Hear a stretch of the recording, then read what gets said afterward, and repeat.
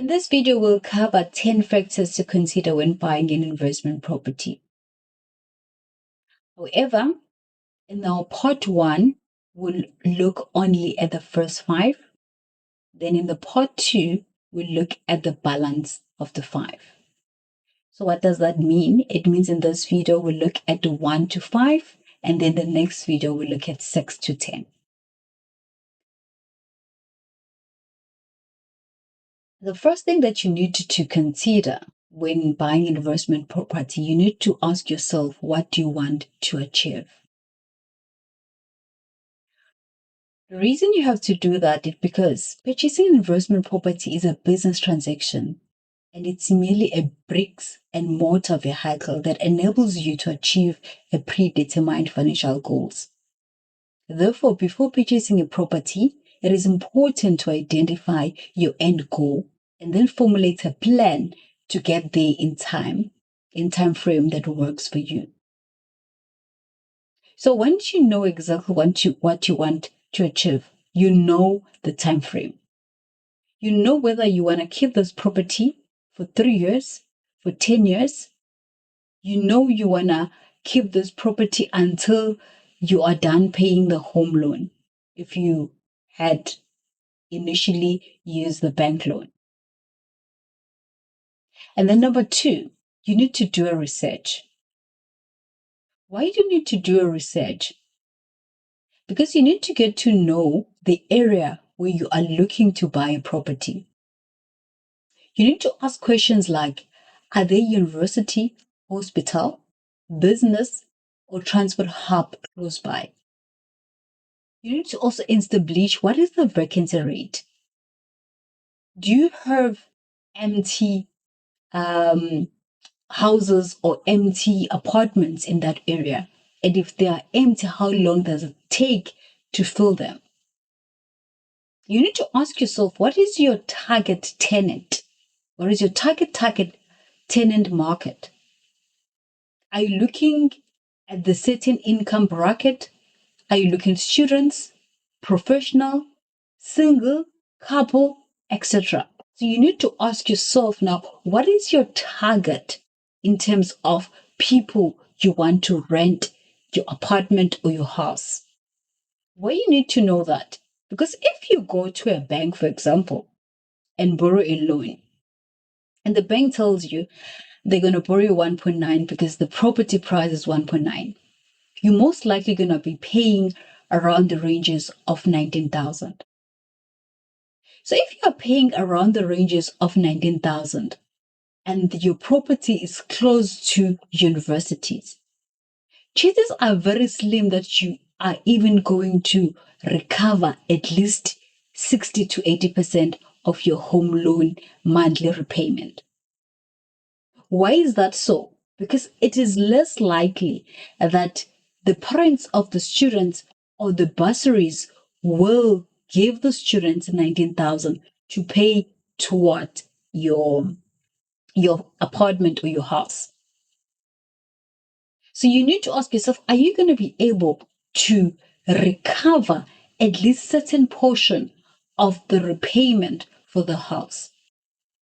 So those are the example of the things you need to do in your research. So your research basically looking at the fact that once you've bought this apartment or this house, how long is it going to take to fill it in?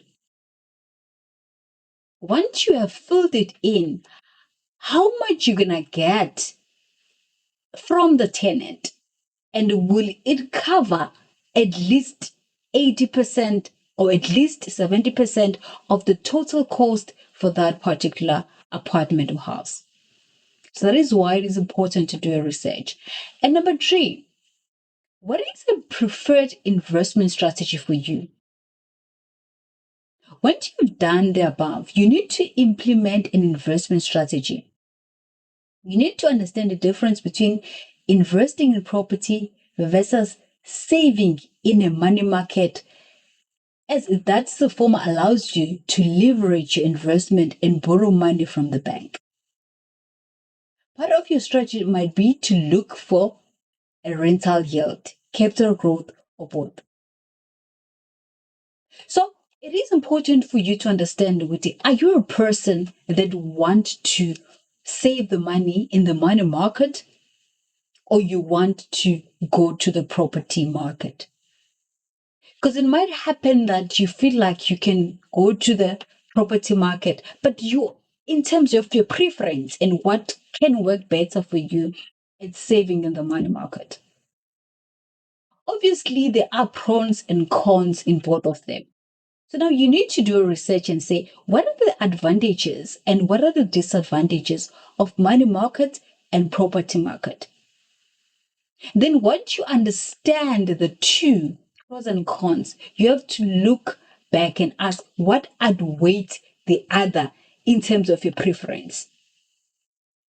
And if you decide to say investment in property market, it outweighed in terms of benefit by the money market, then you can go ahead.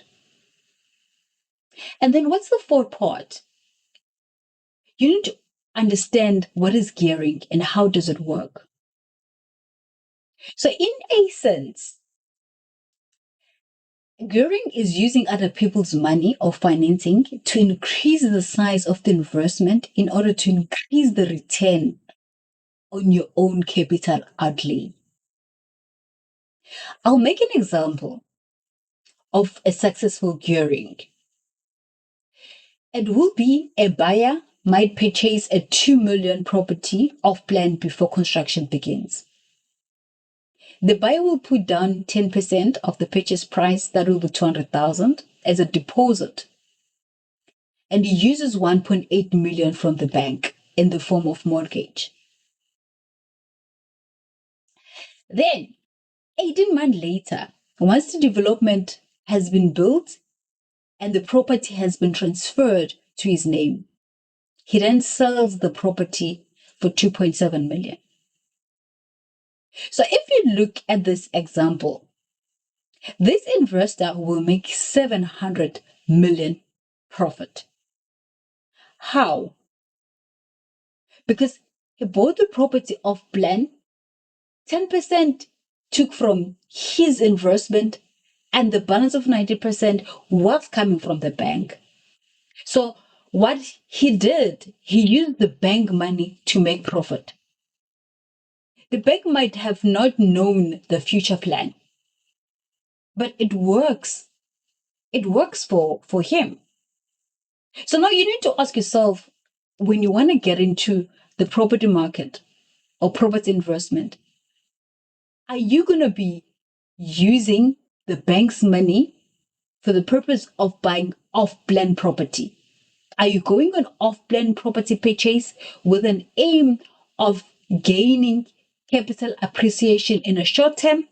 Or you are buying old houses? Obviously, you're going to be using bank money again, but it's not going to work well like the one that I've explained. Now, what are the other things that you need to ask yourself? It's property management. Before you invest in the property market, you need to decide if you want to manage rental yourself or hands that over to an agent or property management services.